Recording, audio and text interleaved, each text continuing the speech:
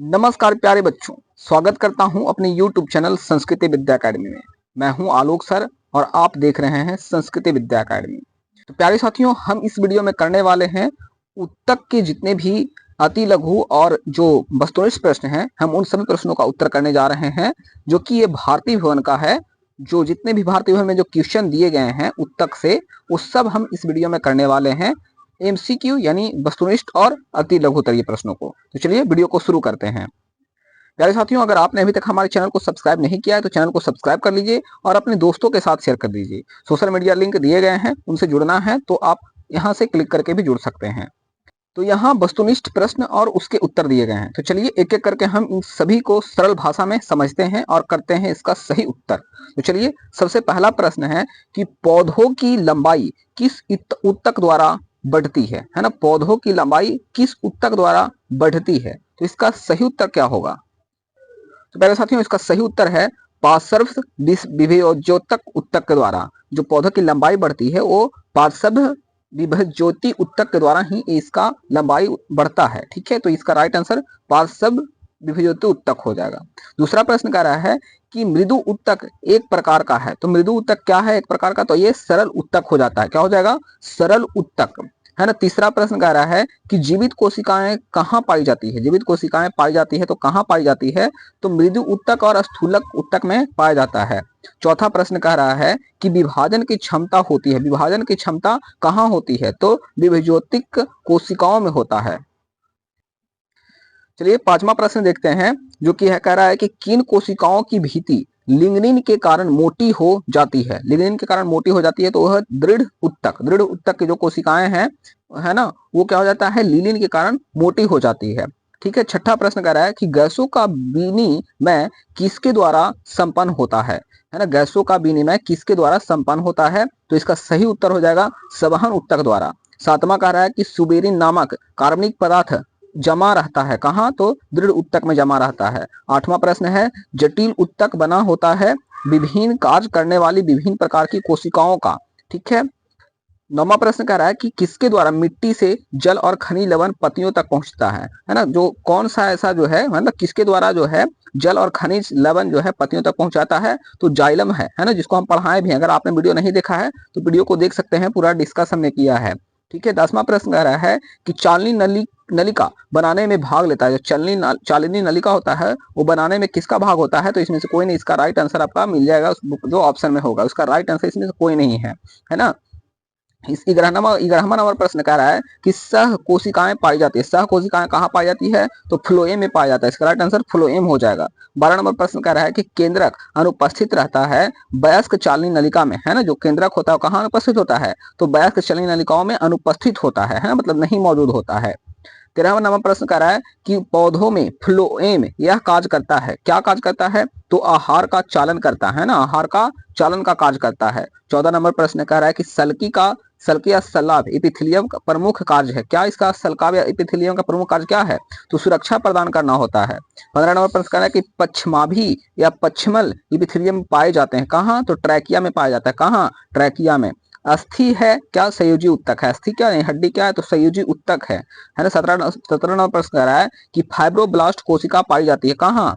Areolar उत्तक में पाया जाता है। इसका राइट आंसर क्या हो जाएगा? एरियोलर उत्तक में।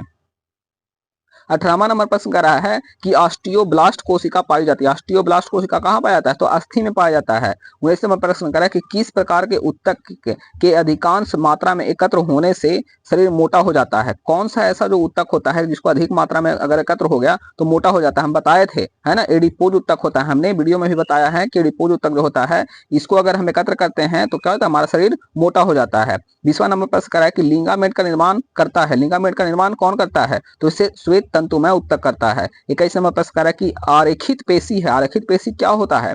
तो अनैच्छिक होता है। 22 नंबर प्रश्न कह रहा है कि मांसपेशी तथा अस्थियों को जोड़ती है कौन? लिंगामेट, है ना। 23 नंबर प्रश्न कह रहा है कि रक्त प्लाज्मा में उपस्थित जल का प्रतिशत है ना, क्या प्रतिशत है? तो 55% है। इसका राइट आंसर हो जाएगा। 24 नंबर प्रश्न कह रहा है कि रक्त के थक्का बनने में मदद करते हैं कौन करते हैं? तो थ्रोबोसाइट्स करता है। थ्रोबोसाइट्स याद रखेंगे सब, ये सभी प्रश्न को अच्छे से रिवीजन करके नोट्स में बना लेंगे सभी लोग, है ना।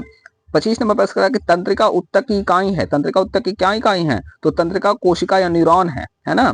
26 नंबर प्रश्न करा कि संवेदना का चालन शरीर के एक भाग से दूसरे भाग में होता है, इसका तंत्रिका ऊतक हो जाएगा, इसका राइट आंसर हो जाएगा।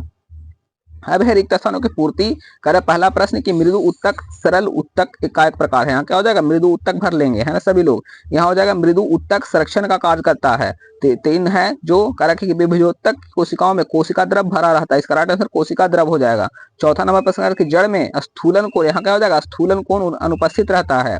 5 नंबर है कह रहा है कि स्थायी ऊतक या सरल एवं जटिल दोनों प्रकार के होते हैं। छठा क्लोरोफिल युक्त मृदु ऊतक को क्रेन काइमा कहते हैं, क्या कहते हैं, क्रेन काइमा। 7वां नंबर का दृढ़ ऊतक कोशिकाएं मृत होती है, क्या होती है, जो ये होता है दृढ़ ऊतक होता है मृत कोशिका होता है।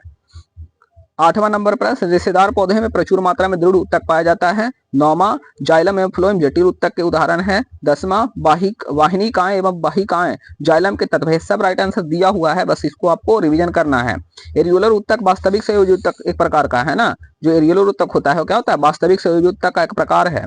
12 नंबर प्रश्न कह रहा है कि एडीपोज या बसा संयोजी ऊतक का ताप रोधक होने के कारण ठंड से शरीर की सुरक्षा करता है। जो एडीपोज होता है ये क्या करता है, ताप रोधक होने के कारण शरीर को क्या करता है, सुरक्षा करता है।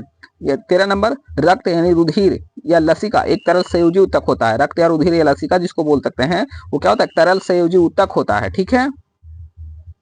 14 नंबर प्रश्न मांसपेशी को अस्थि से जोड़ने वाले श्वेत तंतु में टेंडन ऊतक कहलाता है। 15 नंबर प्रश्न उपास्थि के मैट्रिक्स में पाए जाने वाले प्रोटीन कोड्रीन कहलाता है। 16 रेखिक पेशी ऐच्छिक भी कहलाते हैं। 17 नंबर प्रश्न कह रहा है कि हृदय पेशी हृदय की दीवार या भीति बनती है।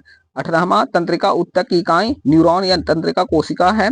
19 लिगामेंट का निर्माण पीला तंतुमय ऊतक से होता है। और 20वां का रहा है ऑस्टियोब्लास्ट कोशिका अस्थि में पाई जाती है।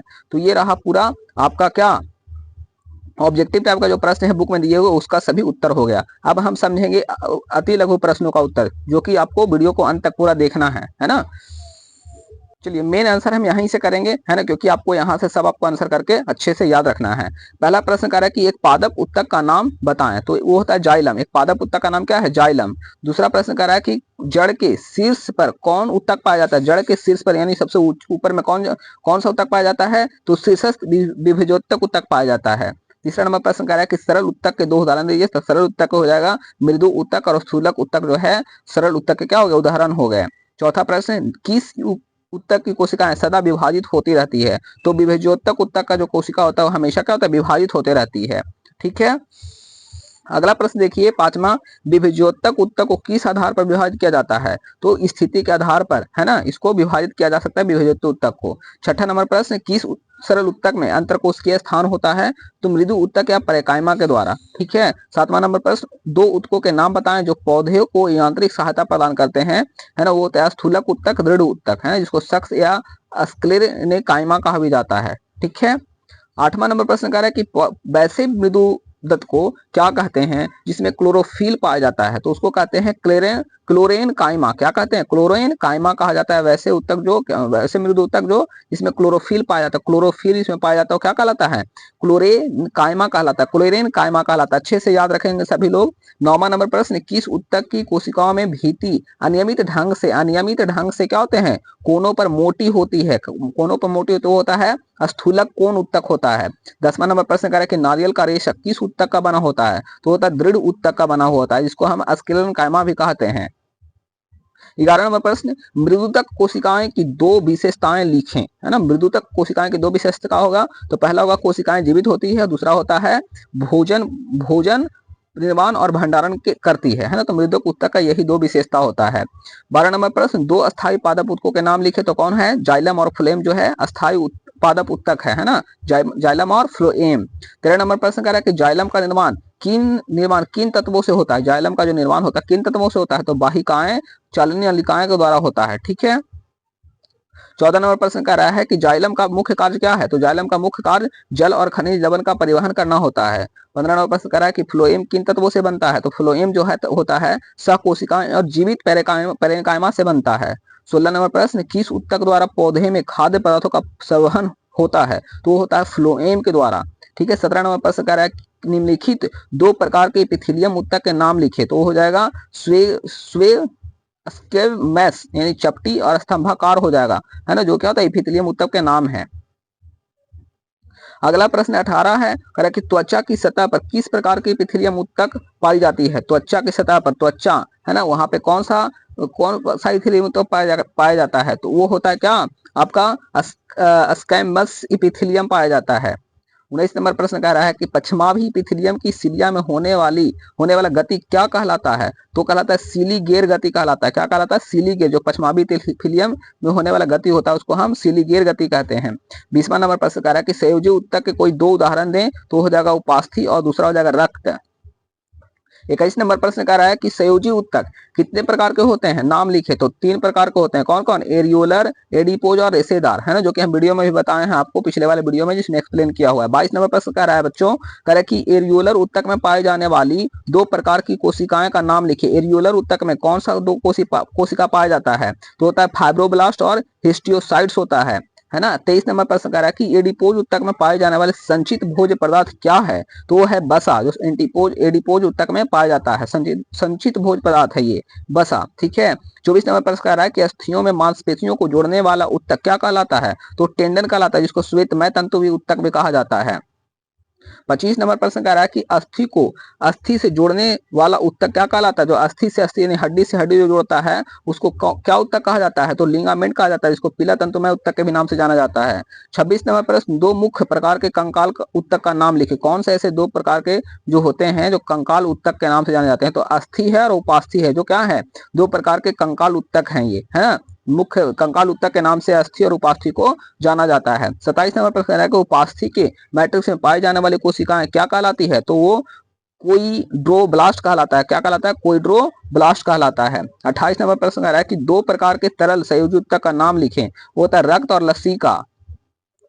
29 नंबर प्रश्न कह रहा है कि रक्त के प्लाज्मा में पाए जाने वाली 3 प्रकार की रुधिर कणिकाएं कौन कौन सी है, तो होता है आरबीसी यानी रेड ब्लड सेल्स, डब्ल्यूबीसी श्वेत ब्लड सेल्स यानी व्हाइट ब्लड सेल्स इसको कहते हैं, और प्लेटलेट्स यानी इसको हम थ्रोबोसाइट्स कहते हैं, ठीक है। तो ये 3 प्रकार के रक्त में पाए जाने वाले रुधिर कणिकाएं हैं, ठीक है।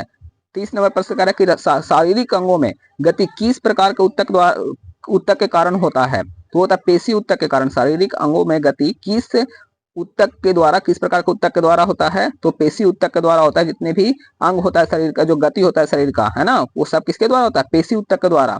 31 नंबर प्रश्न कह रहा है कि जंतुओं में मस्तिष्क किस प्रकार के ऊतक का बना होता है। जो जंतुओं में होता है मस्तिष्क यानी दिमाग होता है, किस ऊतक के बना होता है, तो तंत्रिका ऊतक के बना होता है, जो कि हम वीडियो में भी बताए हैं। 32 नंबर प्रश्न कह रहा है कि तंत्रिका ऊतक की इकाई क्या कहलाता है। तंत्रिका ऊतक की इकाई क्या कहलाता है, तो न्यूरॉन कहलाता है। इसका राइट आंसर न्यूरॉन हो जाएगा।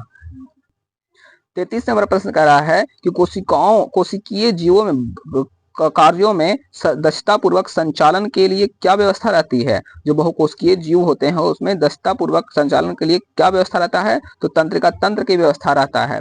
34 नंबर प्रश्न कह रहा है कि समान उत्पत्ति तथा समान कार्य को संपादित करने वाली कोशिकाओं के समूह को क्या कहते हैं, तो ऊतक कहते हैं, जो कि हम वीडियो में भी बताए हैं, है ना, परिभाषा में कि ऊतक किसे कहते हैं, तो समान उत्पत्ति और समान का जो कार्य करता है उसको संपादित करता है वही कोशिकाओं के समूह को क्या कहते हैं, कोशिकाओं के यानी ग्रुप ऑफ सेल्स को हम ऊतक कहते हैं। 35 नंबर प्रश्न कह रहा है कि तने की चौड़ाई में वृद्धि किन ऊतकों के निर्माण से होती है, तो पार्श्व विभजोत्यों के द्वारा होता है। 36 नंबर प्रश्न, पत्तियों के आधार पर या टहनी के पर्व के दोनों ओर पाए जाने वाले ऊतक को क्या कहते हैं, तो अंतर्वेशी ऊतक कहा जाता है। 37 कह रहा है कि अस्थायी ऊतक का निर्माण किस ऊतक के वृद्धि के फलस्वरूप होता है, तो विभजोत्तक ऊतक के फलस्वरूप होता है। थोड़ा फास्ट वीडियो है ना, इससे कोई आपको दिक्कत नहीं है, बस इसको आंसर सही से आपको याद रखना है और ध्यान में समझते जाना है, ठीक है। 38 नंबर प्रश्न सुनिए। 38 नंबर कह रहा है कि सरल अस्थायी ऊतक किस प्रकार की कोशिकाओं का बना होता है, तो वो होता है जीवित कोशिकाओं के द्वारा, ठीक है। 39 नंबर प्रश्न कह रहा है कि जलीय पौधे में मुख्यतः किस प्रकार का ऊतक पाया जाता है, तो मृदु ऊतक पाया जाता है इसमें। किसमें, जलीय पौधे में मुख्यतः किस प्रकार का ऊतक पाया जाता है, तो मृदु ऊतक पाया जाता है इसमें। 40 नंबर प्रश्न कह रहा है कि किस ऊतक की कोशिकाएं मृत, लंबी, सक्रिय तथा दोनों सिरों पर नुकीली होती है, तो दृढ़ ऊतक होता है, ठीक है। इसका राइट आंसर दृढ़ ऊतक हो जाएगा। प्यारे साथियों, अगर वीडियो अच्छा लग रहा है तो वीडियो को लाइक करें, शेयर करें और चैनल को सब्सक्राइब जरूर करें प्यारे साथियों, है ना। चलिए 41 नंबर प्रश्न कह रहा है कि शुष्क स्थानों पर पाए जाने वाले पौधों में एपिडर्मिस की कोशिकाओं के ऊपर किसकी परत रहती है, तो क्यूटिकल होता है। क्या होता है? क्यूटिकल होता है। ठीक है। 42 नंबर प्रश्न है कि क्या कॉर्क कोशिकाओं में जीव द्रव पाया जाता है? तो नहीं, ऐसा कोई नहीं बात है कि कॉर्क कोशिकाओं में जीव द्रव पाया जाता है, नहीं पाया जाता है। 43 नंबर प्रश्न है कि दो या दो से अधिक प्रकार की कोशिकाओं से बने उत्तक को क्या कहते हैं? तो जटिल उत्तक कहते हैं। जो दो या दो से अधिक प्रकार की कोशिकाओं के बने होते हैं वो जटिल उत्तक कहलाता है। 44 कह रहा है कि जाइलम एवं फ्लोएम मिलकर किसका निर्माण करते हैं? जो जाइलम और फ्लोएम है वो मिलकर किसका निर्माण करते हैं? तो संवहन तंत्र या बंडल को निर्माण करते हैं। 45 सहकोशिकाएं चालनी नलिकाओं किस भाग में अवस्थित रहती है? तो पल्लिका में रहता है ना इसका राइट आंसर पल्लिका।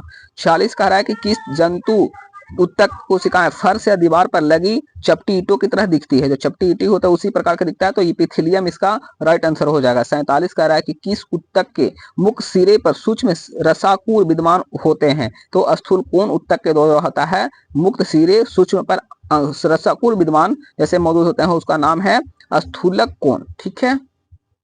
48 कह रहा है कि छोटी आंत के भीतरी स्तर का निर्माण किस उत्तक से होता है? तो स्तंभाकार इपिथेलियम के द्वारा होता है। 49 कह रहा है कि घनाकार कोशिकाओं वाले उत्तक को क्या कहते हैं? तो वो क्यूबाइडल इपिथेलियम कहते हैं। और 50 कह रहा है कि अंडवाहिनी में अंडाणु को एक ही दिशा में जाने देने के लिए किस उत्तक की कोशिकाएं मदद करती है? तो स्तंभाकार इपिथेलियम होता है। तो प्यारे साथियों, यहाँ तक आपको वीडियो समझ आया तो एक बार लाइक और चैनल को सब्सक्राइब कर दीजिए, है ना। दोस्तों के साथ अपने जो वीडियो है उसको शेयर भी कर दीजिए, है ना, ताकि उसको भी आपको ये नोट्स मिल जाए, है ना। 51 कह रहा है कि एंटीबॉडी का निर्माण किन कोशिकाओं द्वारा होता है? तो लिम्फोसाइट्स के द्वारा होता है। 52 कह रहा है कि किस उत्तक में तारे जैसी कोशिकाएं पाई जाती है? तो उपास्थि उत्तक में होता है। और 53 कह रहा है कि बाह्य कर्ण में किस प्रकार का उत्तक पाया जाता है? तो संयोजी उत्तक पाया जाता है। और 54 कह रहा है कि हैवसियन नलिका कहाँ पाई जाती है? तो अस्थि में पाया जाता है। 55 कह रहा है कि आयतन के हिसाब से प्लाज्मा रुधिर का कितना प्रतिशत भाग है? तो 55% है ना। और 56 कह रहा है कि किस प्रकार की रुधिर कणिकाओं में केंद्रक नहीं पाया जाता है? तो आरबीसी और प्लेटलेट्स में जो होता है रुधिर कणिकाएं केंद्रक नहीं पाया जाता है। 57 कह रहा है कि लाल रुधिर कणिकाओं में पाए जाने वाले प्रोटीन रंजक को क्या कहते हैं? तो हेमोग्लोबिन कहते हैं। जो लाल रक्त कणिकाओं में पाया जाता है उसको प्रोटीन रंजक को हेमोग्लोबिन कहते हैं, जिसके कारण क्या होता है? खून का रंग लाल होता है। और 58 और लास्ट है ये, कह रहा है कि एक न्यूरॉन के एक्सॉन के अंतिम छोर की शाखाएं दूसरे न्यूरॉन के टेट्राइड से जुड़कर क्या बनती है? तो सिनैप्स बनता है। तो प्यारे बच्चों, अगर आपको वीडियो अच्छा लगा है तो प्लीज हमारे चैनल को सब्सक्राइब जरूर करें, वीडियो को शेयर करें और लाइक जरूर करें। कमेंट में जरूर लिखें कि आपको ये वीडियो कैसा लगा। अगर अच्छा लगा तो प्लीज हमें कमेंट करके जरूर बताएं, है ना। और इसका पीडीएफ नोट्स चाहिए तो हमको आप जरूर कमेंट करें। ठीक है। इतना के लिए बहुत बहुत धन्यवाद वीडियो को अंत तक देखने के लिए। फिर मिलते हैं अगले वीडियो में लघु तरीय प्रश्नों को लेकर के, है ना। तो ऐसे ही वीडियो में बने रहिए और जितने भी नोट्स हैं मैं आपको ऐसे ही बहुत ही सरल भाषा में आपको पूरा करवा देंगे। चलिए, बहुत बहुत धन्यवाद वीडियो को अंत तक देखने के लिए।